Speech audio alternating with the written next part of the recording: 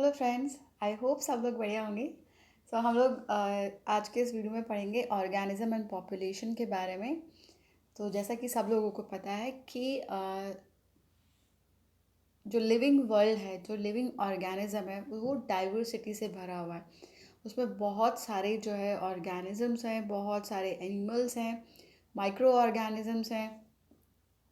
तो ये जो है एक जो ऑर्गेनिज्म एंड पॉपुलेशन जो है वो इकोलॉजी का जो पार्ट है हमारा, उसका ये एक ये पार्ट है, ये चैप्टर। जो डिफरेंट ऑर्गेनिजम्स हैं वो सारे के सारे जो है उनकी फिज़िकल हैबिटेट्स जो है वो अलग होती हैं। और जो इंडिविजुअल्स हैं उनके वो जो स्पीशीज़ वगैरह हैं वो सब अलग होते हैं। तो यहाँ देखो, एक ऑर्गेनिज्म है और ये जो है इसकी एक पॉपुलेशन हो जाएगी, यानी सेम स्पीशीज़ जो है उसके बहुत सारे ऑर्गेनिज्म मिलके क्या बनाते हैं, एक पॉपुलेशन बनाते हैं। पॉपुलेशन, फिर देन कम्युनिटी आती है, और उसके बाद जो है इकोसिस्टम आता है। और ये जो इकोसिस्टम है इसे हम बायोस्फीयर भी कह सकते हैं, सबको मिला के। इकोलॉजी जो है वो इन सब के बारे में हमें बताती है। और उसके अलावा हम यहाँ पे जो डिफरेंट एनिमल्स हैं, जो पॉपुलेशन, जो स्पीशीज़ है, वो अपने इन्वायरमेंट के साथ किस तरह इंटरेक्ट करती हैं, यही जो है इकोलॉजी में हम पढ़ते हैं। इस चैप्टर में हम पढ़ेंगे ऑर्गेनिज्म एंड पॉपुलेशन के बारे में। ये हैं श्री रामदेव मिश्रा, भारत के जो पारिस्थितिकी के जनक हैं, ये इकोलॉजी के इंडियन इकोलॉजी के फादर हैं रामदेव मिश्रा जी।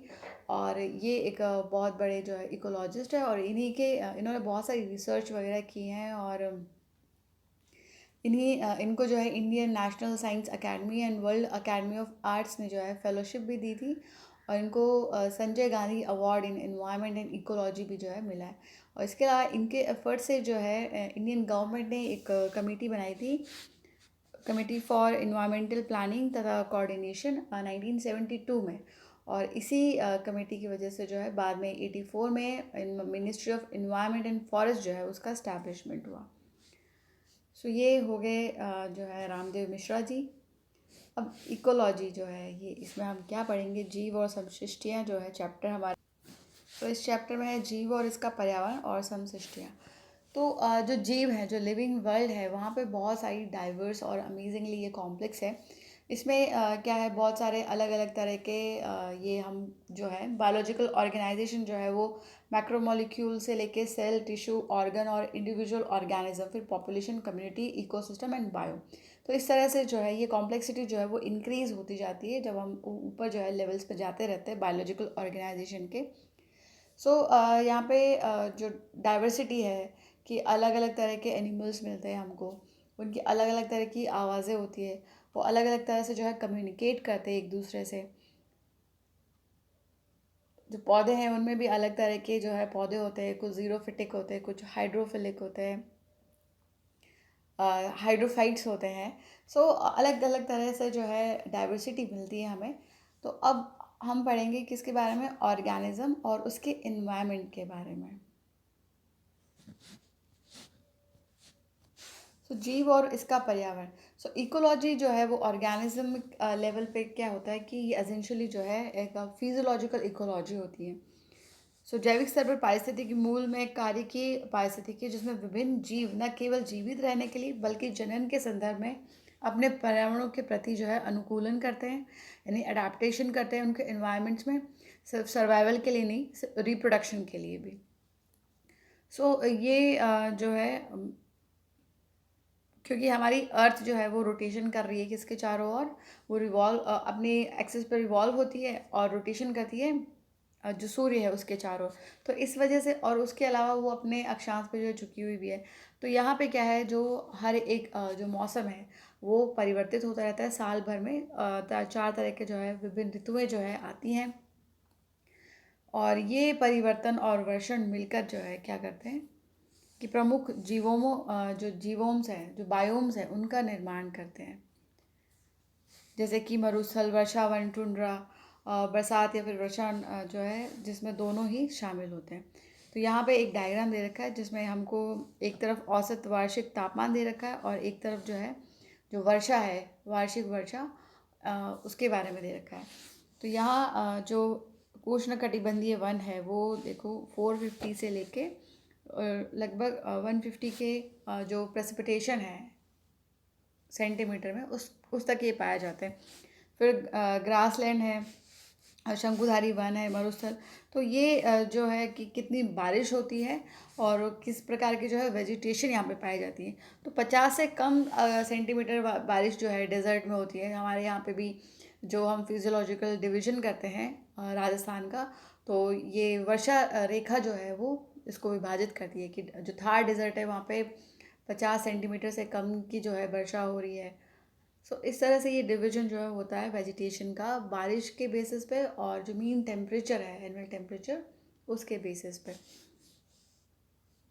सो यहाँ पे पृथ्वी पर जो है वो जीवन न केवल थोड़े से अनुकूलन आवासों में ही है बल्कि जो चरम और कठोर आवास है उनमें भी मिलते हैं। जैसे कि जो जैसे राजस्थानी मरुस्थल में भी हमारे यहाँ जो है ये 60% ऑलमोस्ट 61% जो है एरिया है मरुस्थल का, लेकिन यहाँ पे 40% जनसंख्या रहती है। तो यहाँ पे भी जो है हम रह रहे हैं, ये जो अनुकूल तो है नहीं, कठोर जो है वातावरण है, तो यहाँ पे भी रहते हैं। उसके अलावा निरंतर वर्षा से भीगी जो मेघालय के वन है वहाँ पे भी लोग रह रहे हैं, वहाँ पे भी जो है जीवन है। और गहरे महासागर की खाइयों में भी जो है जीवन मिलता है। और उसके अलावा जो वेगवती जो स्प्रिंग्स हैं, जो स्ट्रीम्स हैं, उनमें भी मिलता है टॉरेंशियल स्ट्रीम्स। और जो स्नो लेडन जो पोलर रीजन्स है वहाँ पे भी हमको जो है एनिमल्स मिल जाएंगे, वेजिटेशन मिल जाएगी। और हाई माउंटेन टॉप्स पे भी, थर्मल स्प्रिंग्स में भी जो वहाँ पे अडेप्ट कर रहे हैं एनिमल्स। और उसके अलावा जो सिंकिंग कंपोस्ट पिट्स हैं, तो ये बहुत सारे तरीके के जो है हैबिटेट्स हैं जहाँ पे ऑर्गेनिज्म, जहाँ पे जीवन जो है वो पाया जाता है। तो ये क्या है कि उसके अलावा हमारे इंटेस्टाइन में भी, हमारी जो आंत्र है उसमें भी बहुत सारे माइक्रोब्स जो है रहते हैं। सो ये एक यूनिक हैबिटेट है उनका। सो इस तरह से अलग अलग जो है हैबिटेट होता है, अलग अलग ऑर्गेनिजम्स का अडेप्टेशन के थ्रू वो वहाँ पर रहते हैं। और उसके अलावा भी बहुत सारी जो अनुकूलन की प्रक्रियाएं हैं वो करते हैं और जो जीवन है वो चलता है। सो यहाँ कुछ डायग्राम्स दे रखे हैं। पहला जो है कि ये उष्णकटिबंधीय वर्षावन है, बहुत ही बारिश अच्छे रहने के लिए। फिर है पर्णपाती वन, और ये है डेजर्ट का, और ये है समुद्र तट जहाँ पे मैनग्रोव फॉरेस्ट पाए जाते हैं, मैनग्रोव वेजिटेशन पाई जाती है।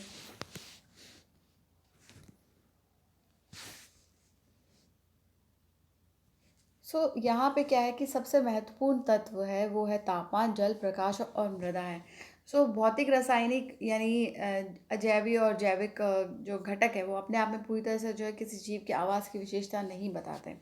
तो आवास में जो है जीव भी यानी बायोटिक घटक भी शामिल है, और रोगजनक, पैथोजन, परजीवी यानी अबायोटिक के साथ बायोटिक, उसके अलावा जो रोगजनक है पैथोजन से परजीवी, परभक्षी और बाकी के जीव जो स्पर्धी हैं।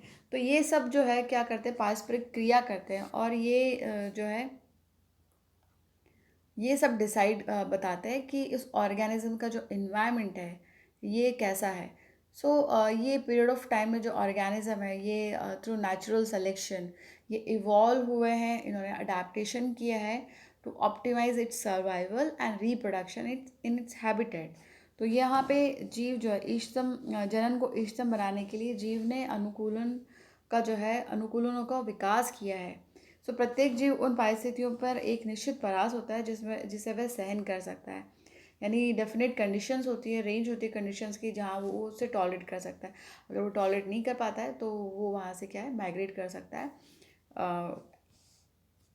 सो यहाँ पे उपयोग किए जाने वाले संसाधनों की विविधता और परितंत्र में उसकी एक विशिष्ट क्रियात्मक भूमिका होती है, और ये सब मिलकर क्या बनाते हैं, उसका निकेत बनाते हैं यानी उसका नीश बनाते हैं। अब मेजर एबायोटिक फैक्टर्स क्या है, प्रमुख जैविक घटक क्या है। पहला है तापमान। तो तापमान जो है एक बहुत ही इम्पॉर्टेंट इकोलॉजिकल इन्वायरमेंटल फैक्टर है। सो हम जो है जैसे जैसे टाइम जो टेम्परेचर है वो सीजन्स के अकॉर्डिंग जो है वो चेंज होता रहता है। कभी जो है बहुत ज़्यादा ठंड ठंड होती है, गर्मी होती है, बारिश होती है, तो उसके अकॉर्डिंगली टेम्परेचर भी चेंज होता है। उसके अलावा जैसे हम इक्वेटर से पोल्स की तरफ जाते हैं या फिर प्लेन से माउंटेन्स की तरफ जाते हैं, तब भी जो है तापमान जो है वो बदल जाता है। सो भूमध्य रेखा से हम अगर पोल ध्रुवों की ओर जा रहे हैं, मैदानों से हम पर्वतों की शिखर पर मैदानों से पर्वत शिखरों और उत्तरोत्तर जो है ये घटता रहता है, टेम्परेचर जो है वो घट जाएगा इक्वेटर से पोल्स की तरफ। सो ध्रुवीय क्षेत्रों में उच्च जो है तुंगता एल्टीट्यूड वाले क्षेत्र में तापमान जो है वो अवशून्य यानी सब ज़ीरो टेम्परेचर हो सकता है वहाँ पे। और ग्रीष्म ऋतु में उष्ण कटिबंधीय जो मरुस्थल है वहाँ पे 50 डिग्री सेंटीग्रेड से भी ज़्यादा जो है टेम्परेचर हो सकता है। लेकिन ये सब जो है क्या है, यूनिक हैबिटेट्स हैं। इसके अलावा जो यूनिक हैबिटेट्स हैं जहाँ पे कि 100 डिग्री सेंटीग्रेड से भी ज़्यादा टेम्परेचर होता है, जैसे कि गर्म झरने हैं, गहरे सागर हैं, तो यहाँ पे भी जीवन जो है वो है, क्योंकि उनका अडेप्टेशन है। सो ये अबैटिक फैक्टर है टेम्परेचर, जो लिमिटिंग फैक्टर हो सकता है किसी भी जीव के लिए। सो हम जानते हैं कि जो आम का पौधा है वो हम ठंडे इलाकों में नहीं उगा सकते, या फिर जो स्नो लेपर्ड है वो यहाँ पे जो है रेगिस्तान में नहीं मिल सकता, या फिर केरला में नहीं मिल सकता है।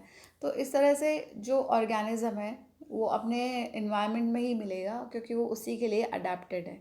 अगर वो दूसरे जगह जाएगा तो उसको फिर से नए अडेप्टेशन करने पड़ेंगे, इवोल्यूशन करना होगा, म्यूटेशन वगैरह जो भी चेंजेस होते हैं, ताकि वो उस इन्वायरमेंट में जो है रह सके। तो ये बहुत लंबा प्रोसेस होता है, ऐसा नहीं है कि तुरंत ही हो जाए।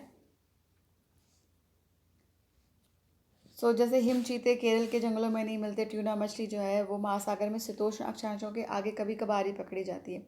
तो जीवधारियों के लिए तापमान एक महत्वपूर्ण होता है।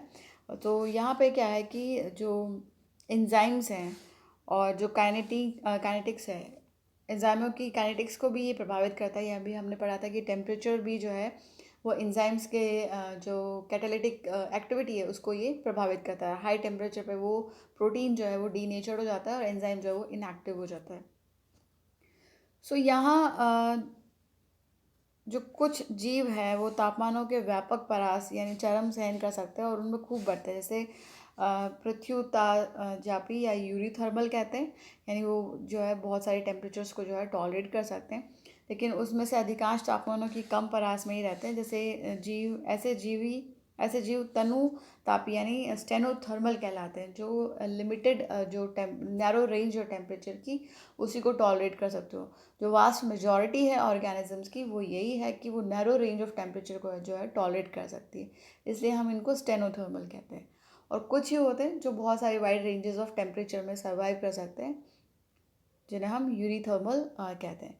अब रिसेंट ईयर्स में जो है ये ग्लोबल टेम्परेचर जो है वो बढ़ गए हैं, ग्लोबल वार्मिंग जो है वो बढ़ रही है, तो इससे जो है इफ़ेक्ट पड़ता है जो बायोडाइवर्सिटी है, जो ऑर्गेनिजम्स हैं उन पर।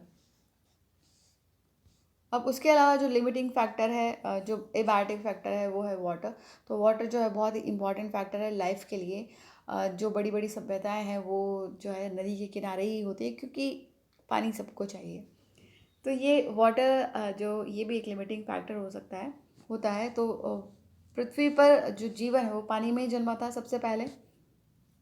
वहीं पे जो साइनोबैक्टीरियाज हैं, जो ब्लू ग्रीन एल्गीज हैं, सबसे पहले वहीं आए थे। वहीं से जो है जीवन की उत्पत्ति हुई है। तो इसकी जो अवेलेबिलिटी है वो बहुत ज़्यादा ज़रूरी है। जैसे मरुस्थल में इसकी उपलब्धता इतनी सीमित है कि केवल कुछ जो विशेष अनुकूलताओं के कारण ही जीव वहाँ पर रहना जो है जीवों का वहाँ पर रहना संभव है। पादपों में उत्पादकता और वितरण भी पानी पर बहुत ज़्यादा निर्भर करता है। इसके अलावा जो झीलों, महासागरों और नदियों में रहने वाले जीव हैं, उनको भी जो है जल संबंधित समस्याओं का सामना करना पड़ता है, क्योंकि यहाँ पे जो रासायनिक संगठन है, पीएच है, ये महत्वपूर्ण होते हैं। जो केमिकल कंपोजिशन है, पीएच है, तो ये बहुत महत्वपूर्ण होते हैं जो जलीय जीव हैं उनके लिए भी, क्योंकि अगर ये इंक्रीज़ हो जाएगा एक ऑप्टिमम लेवल से, तो उनकी जो है डेथ भी हो सकती है और वहाँ पे जो है ये कम जो है जीव जो है वो नष्ट हो सकते हैं। तो जो सॉल्ट कंसंट्रेशन है, जो सैलिनिटी है, जो कि पार्ट्स पर थाउजेंड में मापी जाती है, अगर ये जो इनलैंड वाटर है उसमें 5 से कम होनी चाहिए समुद्र में 30 से 35, और कुछ अति लवणीय लवणों में ये 100 से अधिक होती है। तो ये उसके अकॉर्डिंगली जो है अडेप्टेशन होता है उन ऑर्गेनिजम्स का। तो कुछ जीव लवणता की व्यापक परास प्रति सहनशील होते हैं, जिन्हें हम यूरी हेलाइन कहते हैं। और लेकिन ऐसे कुछ कम ही जीव होते हैं, और बहुत सारे जीव ऐसे होते हैं, और बाकी के जीव जो है वो कम परास सम्मिति होते हैं, उन्हें हम स्टेनोहेलाइन कहते हैं। तो बहुत से अलवण जल पानी जो जल प्राणी है वो समुद्र के पानी में, और समुद्री प्राणी जो है वो जल अवलन में लंबे समय तक नहीं रह सकते, क्योंकि यहाँ पे उनको जो है परासरणी यानी ऑस्मोटिक समस्याओं का सामना करना पड़ता है। तो ये जो प्रॉब्लम है वो उनके लिए बहुत ही घातक होती है। उसके अलावा लाइट जो है वो एक एबायोटिक फैक्टर है।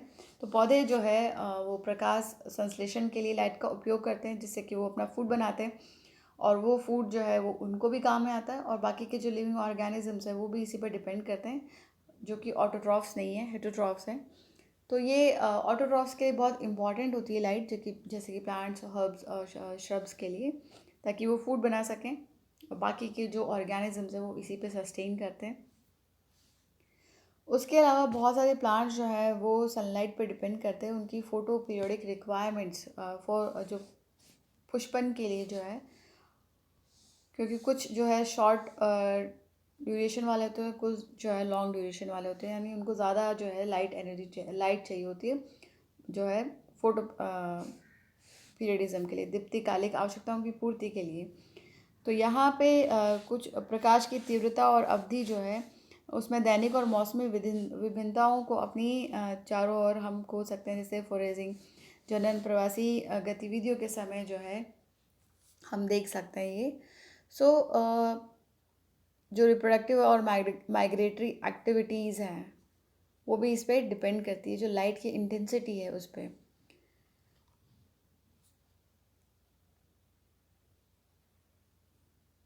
सो अवेलेबिलिटी है लाइट की, वो क्लोजली लिंक होती है विद टेम्परेचर, क्योंकि सन जो है वो सोर्स होता है टेम्परेचर के लिए भी और एनर्जी के लिए भी।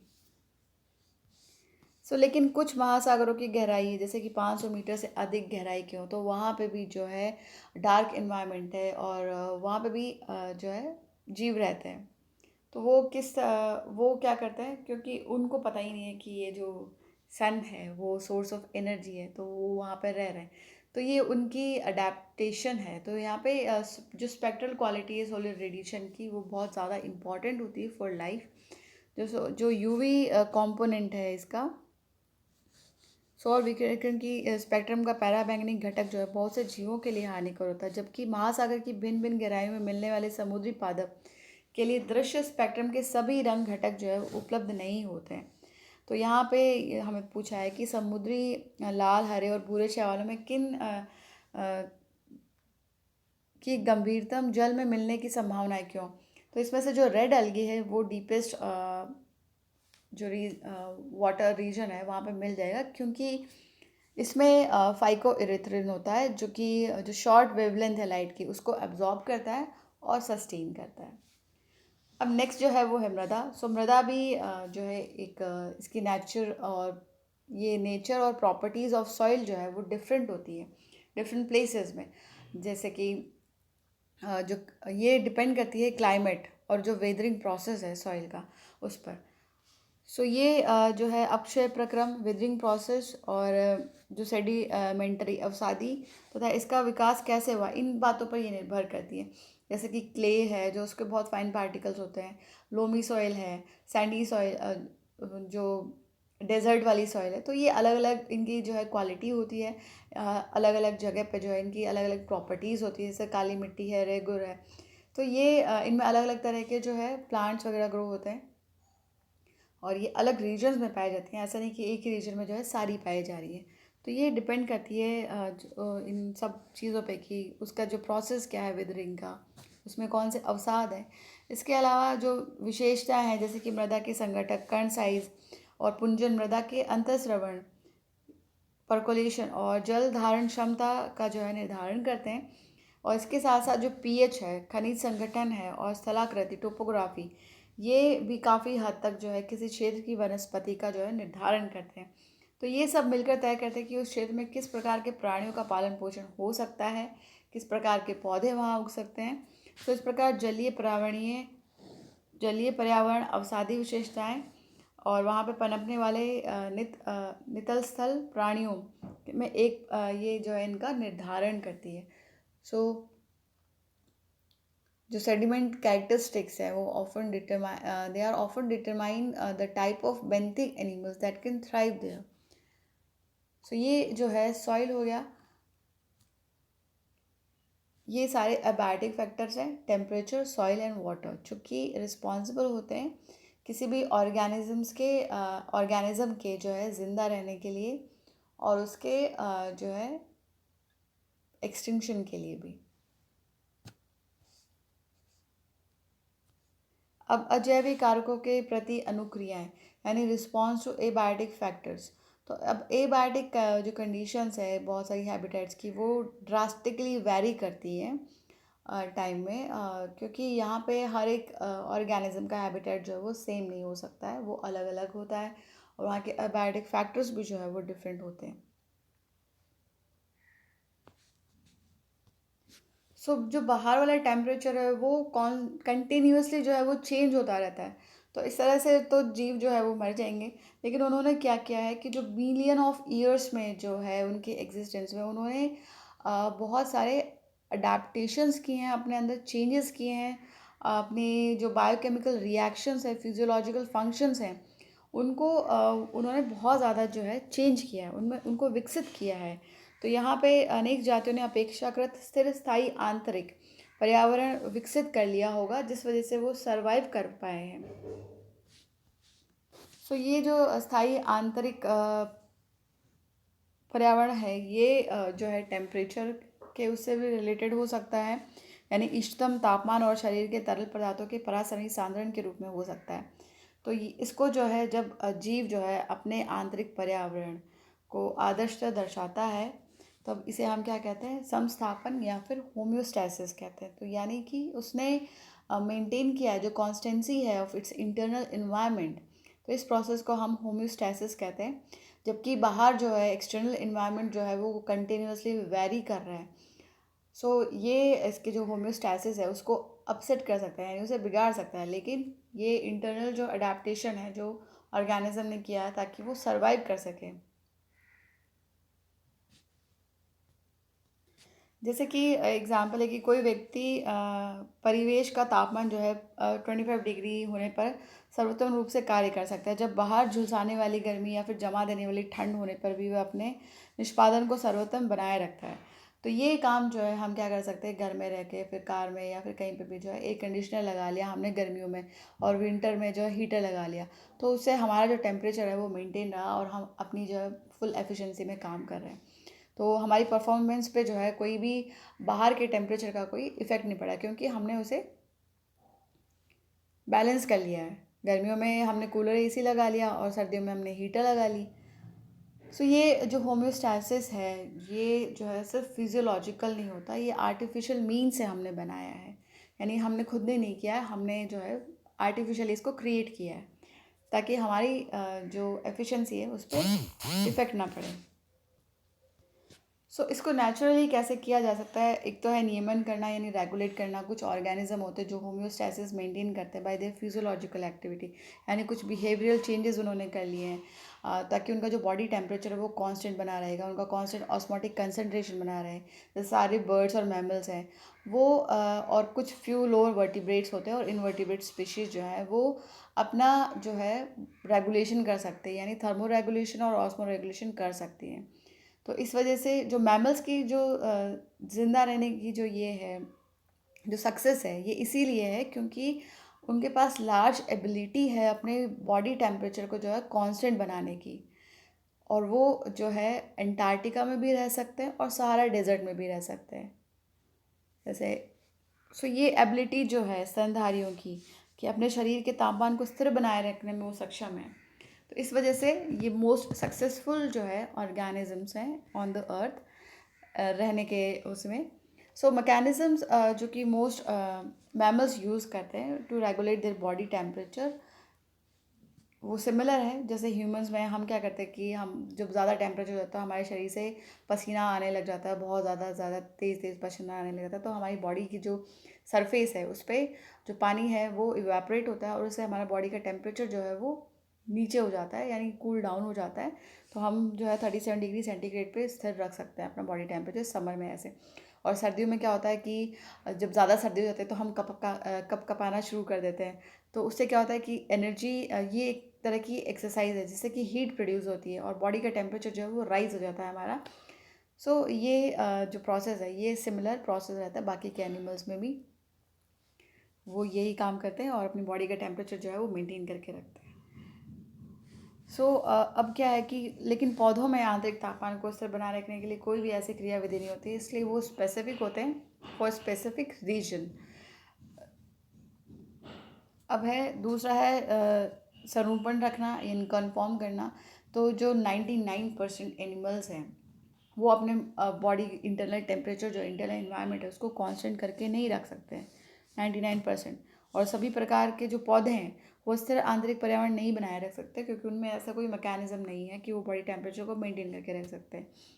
ये जो बॉडी टेम्परेचर है ये चेंज होता रहता है और अकॉर्डिंग टू देयर जो बाहर का जो इन्वायरमेंट है उसके अकॉर्डिंग।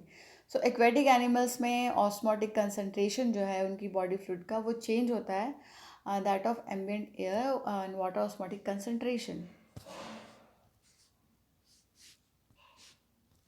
जो एक्वेटिक एनिमल है उनके शरीर की तरल पराशरीर सांद्रता वायु और जल की पराशरीर सांद्रता के अनुसार जो है बदलती रहती है। तो ये प्राणी और पादप समरूपी यानी फॉर्मर्स कहलाते हैं और जीव के लिए स्थिर आंतरिक पर्यावरण के लाभ को देखते हुए जो है, अब ये लोग जो है क्यों नहीं रेगुलेट कर पाते हैं अपना बॉडी टेम्परेचर, जो है जो कन्फॉर्मर्स हैं, क्योंकि ये इस तरह से इवॉल्व नहीं हुए हैं कि रेगुलेटर्स बन सकें।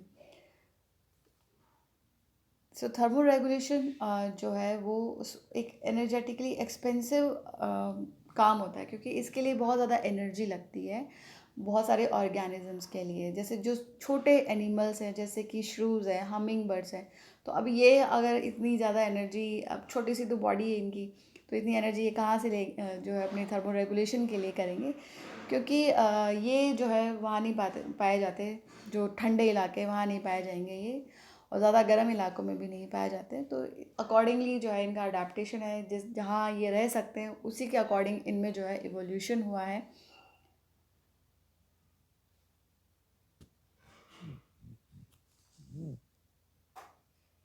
ये जो है ताप हानि या ताप लाभ पृष्ठीय क्षेत्रफल जो है ये कम होना चाहिए इनमें, जो मंजूरू, श्रू और गुंजन पक्षी हैं। तो चूंकि छोटे प्राणियों का पृष्ठीय क्षेत्रफल उनके आयतन की अपेक्षा ज़्यादा होता है, जब बाहर ठंड होती है तो ये उनके शरीर की ऊष्मा जो है बहुत तेज़ी से कम होती है। ऐसी स्थिति में उनका जो मेटाबॉलिज्म है वो शरीर में की ऊष्मा पैदा करने के लिए काफ़ी ऊर्जा खर्च करनी पड़ती है। इसलिए जो बहुत छोटे प्राणी हैं वो ध्रुवीय क्षेत्रों में बहुत कम देखने को मिलते हैं या मिलते ही नहीं हैं। तो बड़े एनिमल्स वहाँ पे मिलते हैं, तो उनमें जो है हीट लॉस जो है कम होता है, और उसके अलावा उनमें जो है फैट की एक लेयर भी होती है ताकि उनके बॉडी से जो है वो हीट लॉस ना हो। अब है प्रवास करना यानी माइग्रेशन करना। तो ऐसा होता है कि टेम्परेरीली जो है जो स्ट्रेसफुल हैबिटेट है वहाँ से चले गए, अस्थायी रूप से अधिक अनुकूल क्षेत्र में चला जाए, जब दबाव भरी अवधि जो है बीत जाए तो वापस लौट आता है। जैसे कि हमारे यहाँ राजस्थान में है केवलादेव राष्ट्रीय उद्यान में भरतपुर में, जहाँ साइबेरिया और बाकी के जो अन्य ठंडे जो क्षेत्र के पक्षी हैं वो आते हैं यहाँ पे, प्रवासी पक्षियों के रूप में आते हैं गर्मियों में, सर्दियों में, क्योंकि वहाँ साइबेरिया वगैरह में जो है ज़्यादा ठंड हो गई है, तो वो माइग्रेट करके यहाँ पे आ जाते हैं ताकि वो जो है प्रजनन का काम जो है कर सकें अपने। उसके अलावा निलंबित करना यानी सस्पेंड करना, जैसे बैक्टीरिया, फंजाई और लोअर प्लांट्स है, और ये अपने और जो है बहुत सारी थिक वॉल स्पोर्स बना लेते हैं जो कि इनको अनफेवरेबल कंडीशन में भी जो है सर्वाइव करने में मदद करते हैं। जब फेवरेबल कंडीशन आती है तो ये जर्मिनेट हो जाते हैं, तो ये मोटी भित्ति वाले बीजाणु बन जाते हैं, और जब परिस्थिति अनुकूल हो जाती है, प्रतिकूल परिस्थितियों में जीवित बचे रहने में सहायता करती है, और उपयुक्त पर्यावरण उपलब्ध होने पर ही अंकुरित हो जाते हैं। उच्च पादपों में बीज और कुछ दूसरी वनस्पति जनन संरचनाएं और उनके परिक्षेपण में सहायता करने के लिए के जो अतिरिक्त दबाव वाले समय में पार पाने के जो साधन के रूप में काम आते हैं, और नमी और तापमान की अनुकूल परिस्थितियों में ये नए पादप के रूप में अंकुरित हो जाते हैं। सो ये जो है इस तरह से अडेप्टेशन करते हैं अलग अलग तरह के जो कंडीशंस हैं उनमें रहने में। और कुछ एनिमल्स हैं जो कि हाइबरनेशन करते हैं, जो विंटर स्लीप कहते हैं जिसे हम, और कुछ जो है वो एस्टिवेशन करते हैं। जो फिश और स्नेल्स हैं वो एस्टिवेशन में चली जाती है, जिसे समर स्लीप कहते हैं, ताकि गर्मी को जो है वो अवॉइड कर सकें। अनफेवरेबल कंडीशंस जो हैं उनको वो जो है उनमें सर्वाइव कर सके इसलिए। और बहुत सारी जू प्लैंकटॉन्स होते हैं, वो भी अनफेवरेबल कंडीशंस में जो लेक और पॉन्ड्स में हैं ये डायपॉज में एंटर कर जाते हैं। और ये जो स्टेज है यहाँ पे जो उनका डेवलपमेंट है वो सस्पेंड हो जाता है। सो ये डायपॉज में आ जाती है और निलंबित परिवर्तन की एक अवस्था है ये। अब नेक्स्ट वीडियो में हम इस चैप्टर को जो है कंटिन्यू करेंगे। तब तक अच्छे से पढ़ाई कीजिए, अपना ख्याल रखिए। All the best, thank you.